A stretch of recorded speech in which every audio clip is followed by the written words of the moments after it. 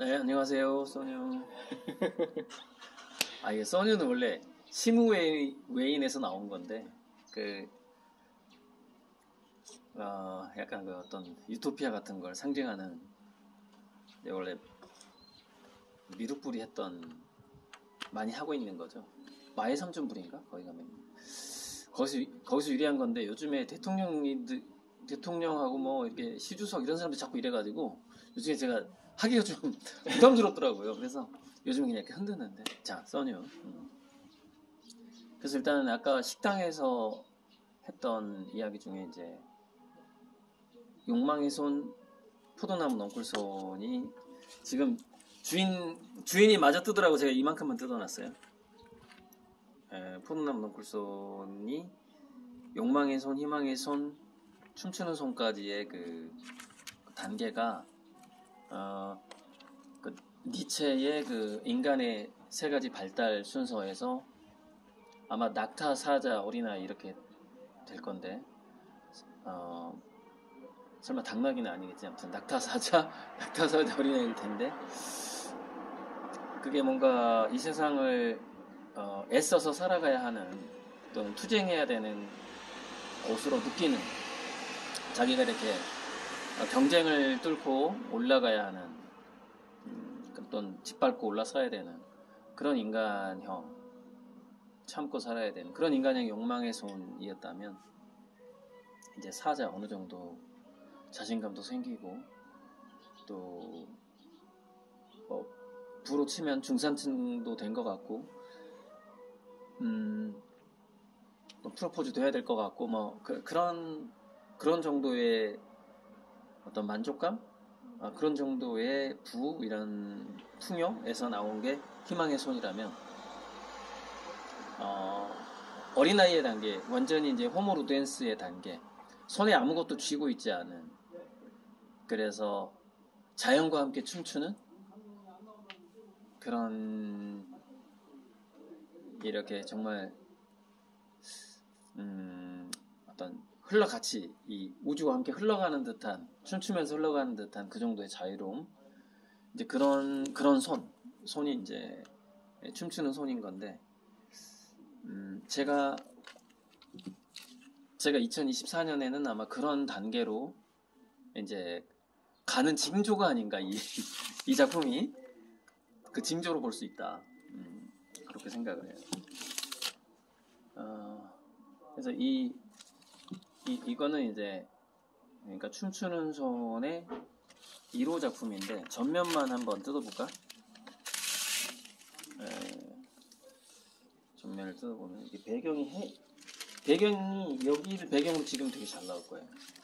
여기를 배경으로 이미지가 아주 잘 잡힐 거예요. 그래서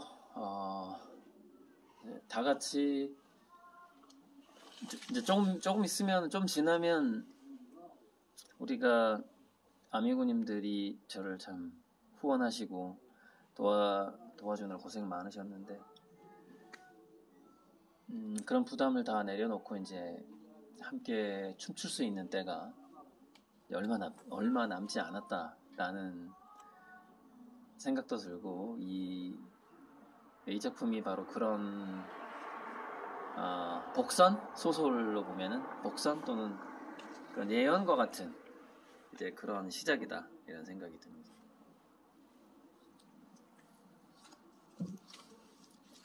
자, 여기까지 춤추는 손의 마무리를 하고 저는 계속해서 하는 거 계속해서 찍는 건데 질문이 있었죠? 이제 바로 해버리죠. 질문 인터뷰 아까 뭐였더라? 아까 하려고 했었던 잠시만요.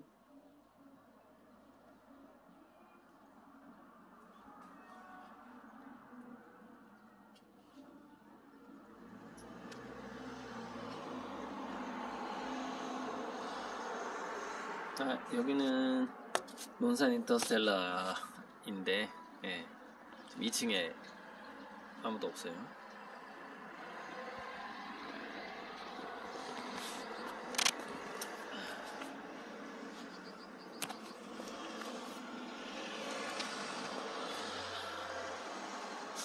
떴어? 네.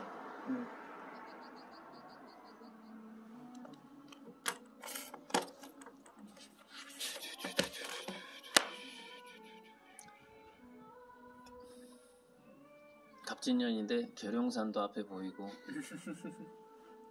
KT에서 총령이 다니기 시작한다는데 그 320km인가? 그래갖고 익산에서 용산까지 확실히 체크는 안 해봤는데 45분? 45분?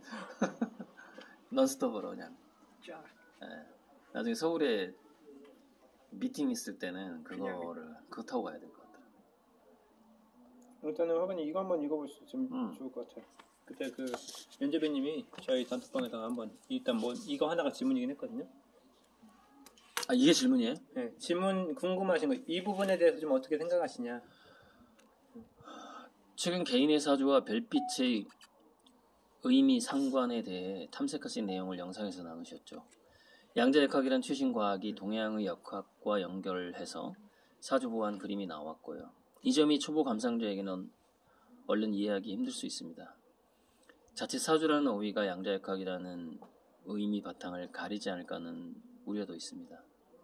감상자들이 모두 완성된 인문과학 교양 혹은 신면을 갖출 수 없고 인상, 비평에 빠질 우려도 있지 않나 합니다.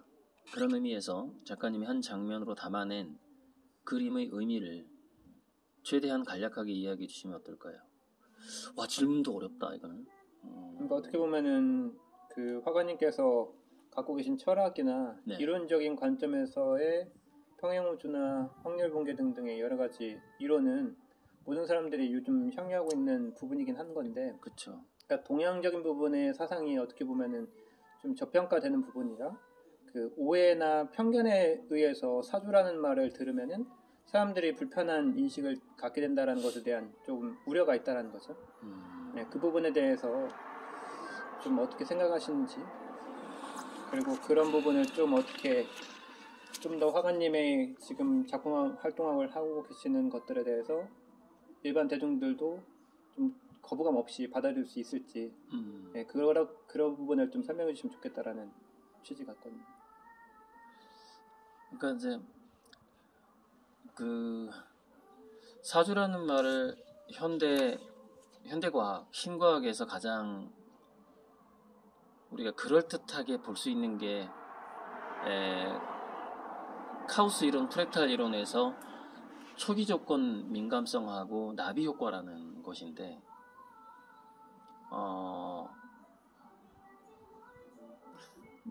그러니까 그것과 가장 연관되긴 해요. 우리가 태어났을 때 다 초기 조건이 다르잖아요. 그래서 그 초기 조건을 가지고서 우리가 부모라는 것도, 그러니까 사주에 보면 자기 부모 사주도 같이 보이고 또 자기 자식 사주도 같이 보인다 그래요. 그 사람들이. 근데 그거는 우리가 관상을 봤을 때도 약간 그런 걸 느끼는 분들도 있듯이 자기 현재 모습에서 그 과거의 역사와 미래의 패턴이 충분히 민감한 사람들은 느낄 수 있는 것이죠. 그러니까 그것 자체가 초기 조건인데, 초기 조건을 이렇게 한번 나눠봤으면 좋겠어요. 우리가 파악할 수 있는 초기 조건하고 인간의 능력으로 파악할 수 없는 초기 조건이 있다. 그런데 우리가 파악할 수 있다고 생각하는 것에 파악할 수 있는 초기 조건이라고 보는 것 중에서도 사실 어쩌면 대부분이 확증 편향처럼 어떤 일반화의 오류 뭐 이런 것처럼 우리가 인식의 오류에 빠질 확률이 되게 많은 게 많죠. 우리가 그러니까 뭐 투자하고 뭐 미래 예측할 때 잘 안 맞는 것도 잘 안 맞죠. 그래서 혼돈에 빠지기도 하고 사람들이 마치 3일 후에 일기예보는 알 수 있지만 일주일 후에 일기예보를 현대과학도 맞출 수 없는 것처럼 거의 확률이 3일 후면 70%까지 맞추더라도 일주일 후면 거의 2, 3%밖에 안 된다고 할까? 그래서 혼돈스러울 땐 그래요. 특히 폭풍이 어디로 지나갈 건가 이거 정말 예측 못 하잖아요. 정말 신만이 알 수 있는 건데. 근데 어찌 보면은 초기 접근 민감성에서는 신도 알 수가 없다라고 볼 수가 있어요. 그런 태풍의 진로 같은 경우에는. 자, 그래서 이런 건데, 우리가 현재 이 지구에서 살 때 거의 비슷한 하늘 아래서 이렇게 사는데, 생각해 보면은 우리의 초기 조건 중에서 뭐가 달랐을까를 생각해 보면 우리가 측정할 수 있고 손에 잡을 수 있는 것들은 그렇게 큰 차이는 나지 않는 것 같아요. 그것이 이제 부모의 DNA라던가 DNA 같은 경우에는 어느 정도 측정할 수가 있죠. IQ 같은 것도 마찬가지고 검사도 하고. 근데 측정할 수 없는 초기 조건에 대한, 우리가 쉽게 알 수 없는 초기 조건에 대한 경외심이라고나 해야 될까? 그러니까 꼭 저는 제가 사주 보완을 하면서 그림을 그리는 거에 대해서 그냥 이것도 하나의 놀이처럼 받아들였으면 좋겠다는 생각이 들어요. 아미구들이. 그것이 효과가 있다 없다는 그런 사례가 있긴 하지만 그것이 100%가 아닐 수도 있고 또 플라시보 효과일 수도 있고, 그러려니 하고 그것을 받아들였을 때 우리 몸이 반응하는 플라시보일 수도 있는 것이고. 근데 우리가 측정할 수 없는 초기 조건에 대해서 공부를 해 나가고 과거에 지금도 뭐 마찬가지, 현대 과학이 신의 뜻을 알 만큼 발달하지 않았으니까 과거에도 그렇고 지금도 그렇고 사람들이 점을 보러 가고 신녀한테 물어보고 제사장한테 뭔가 물어보고 하는 부분들이 그것은 자연과 신에 대한 경외심이라고 생각해요, 기본적으로. 그리고 겸손의 바탕일 수도 있다고 생각하고, 겸손의 바탕. 그러니까 아까 우리가 식당에서 나눴던 얘기 중에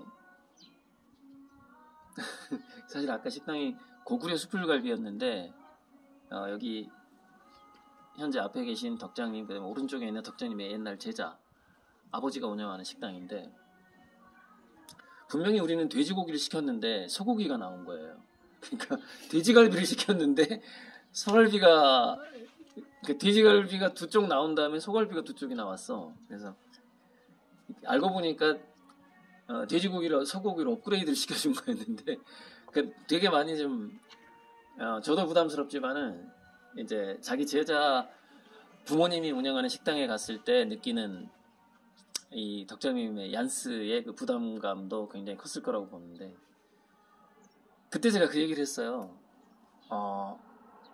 우주 탄생 자체가 부담감을 주는 거에서 시작을 했다. 그러니까 그것이 바로 선물인데, 어떤 불균형에서 이 우주가 탄생을 하는데, 현재 사실 우리가 느끼고 있는 물리학자 김상욱 이런 사람도 요즘에 유튜브에 나와서 많이 얘기하는데, 이 네겐트로피라는 것 자체가 우주에서는 되게 확보하기 어려운 상황이란 말이죠.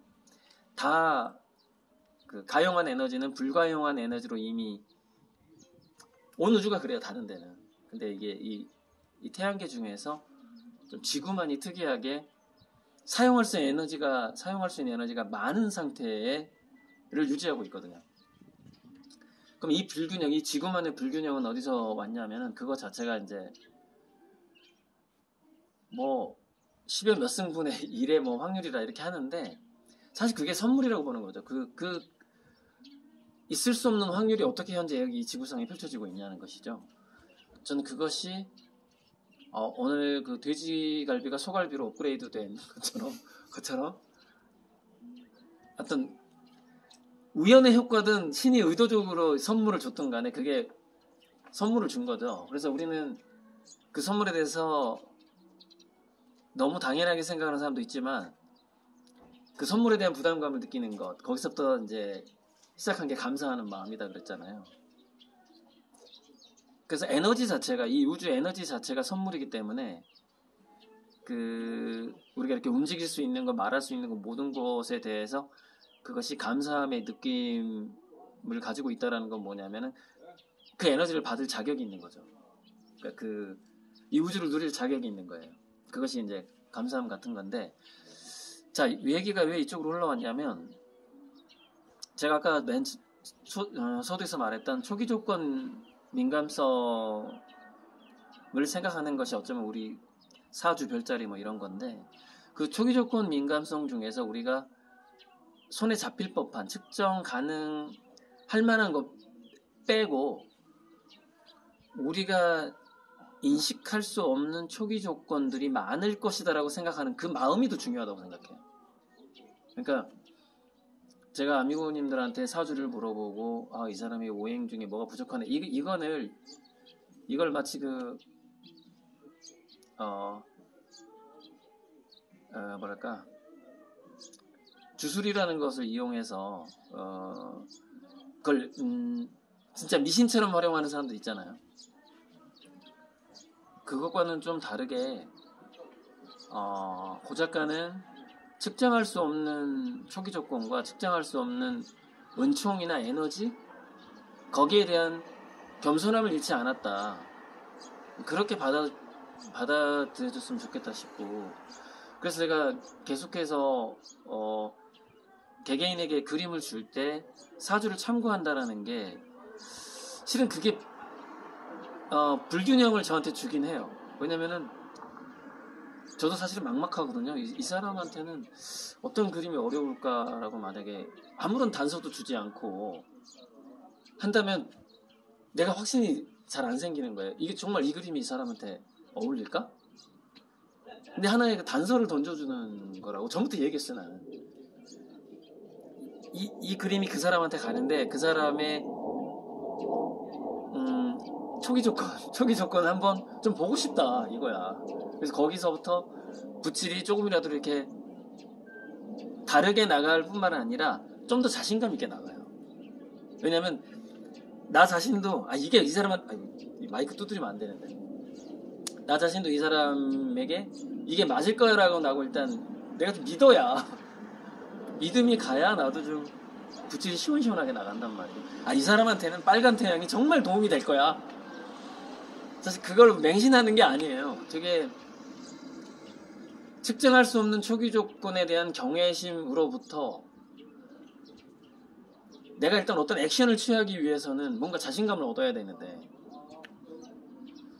제가 영적인 능력이 있어서 정말 맞아라고 느끼는 게 아니에요. 그냥 그 자신감을 얻고자 하는 거죠. 방향성과 어떻게 보면은 방향성을 좀 어느 정도 제시해주는 개념으로서 참고용이. 그렇죠. 그러니까 우리가 옷가게에 손님이 왔을 때 현재 그 손님이 입고 있는 옷에서부터 우리가 힌트를 얻잖아요. 그렇죠. 저 사람은 아마 이런 컬러 좋아하는구나. 그래서 그 종업원이 이게 매칭을 시켜줄 때도 현재 입고 있는 옷을 참고하듯이 나도 사실 현재 그 사람의 초기 조건을 보면서 뭔가 업그레이드 시켜줄 수 없을까? 약간 그 정도의 마음이라고 생각해 줬으면 정말 좋겠다. 너무 심각하게 생각하지 말고. 네, 그게 이제 그겁니다. 이 초기 조건 보면서 이제 사주 그런 관련 사람들이 희망하는 그림을 시작했잖아요. 근데 마치 희망의 손도 욕망에서 희망으로 넘어올 타이밍에 또 그런 그림이 뭔가를 위에 그린다는. 그러니까 아까 생기는 것처럼. 아까 빠뜨렸던 얘기가 그거네. 그러니까 제가 찍어볼래요? 그러니까 잠시 빠뜨렸던 얘기가 욕망의 손, 희망의 손, 춤추는 손으로 넘어올 때 그게 25년이 걸렸잖아요. 그럼 1999년이면은 제가 90년 아직 대학 막 졸업했을 때거든요. 그러니까 96년도에 대상을 받고 중앙 비엔날레 대상을 받고 그때 작가로서 데뷔를 하긴 했지만 그때는 정말 나도 얼떨떨했던 20대였고 그럼 99년이면 이제 30대가 되는 건데 그때가 시작이라고 봤을 때 그때 제 마음 상태가 포도나무 넝쿨손을 봤을 때 어쩌면 그때도 이런 춤추는 손이 있었을지도 몰라요. 근데 나한테는 그게 발견이 안 되는 거지. 왜냐면 나는 내 자신이 현재 욕망하는 손이니까 성공하고 싶고 세계적인 작가가 되고 싶고 또 더불어서 돈도 좀 많이 벌었으면 좋겠고 그림값도 올라갔으면 좋겠고 그런 상태였겠죠. 30대 초반이. 그런데 그럼 최근에 갑자기 희망의 손이 왜 튀어나오느냐? 아미고님들이 희망을 줬으니까. 그러니까 저의 상태가 계속 이 작품 제목이라던가 관점의 변화도 생겨나는 것 같아요. 처음에는 몽둥이를 든 포도나무 넝쿨손이 훨씬 더 눈에 예뻐 보였다면, 더 작품성이 있어 보였다면, 그 다음에는 뭐 여기다 이렇게 꽃을 한번 꽂아볼까 이렇게 좀 뭔가 희망적인. 뭔가 여유가 좀 생긴 중산층의 여유가 생긴 듯한 느낌. 그렇게 해서 희망의 손. 그러니까 저의 심리 상태가 포도나무 넝쿨손을 발견하는데도 반영이 되는 거죠. 그러니까. 그런데 어느 순간 내가 이걸 발견한 게 2024년인 것 같네. 그러고 보니까 약간 2월달쯤이었나? 농진청에 갔을 때가. 근데 물론 사실 예전에 포도나무에서는 이렇게 춤추는 것 같은 게 없긴 없었어요. 그것도 운인 것 같아. 진짜 예전에 없었어. 근데 우연히 농림청의 포도의 특성이 뭐냐면 여기서 열매를 따가지고 팔아먹어야지 라는 사람이 없거든요. 거기는. 그러니까 이 일반 포도밭에서는 전에 한번 얘기했지만 이 넝쿨손을 보통 수염이라고 불러요. 농부들은. 그 포도 수염 그래요. 수염을 잘라버려요.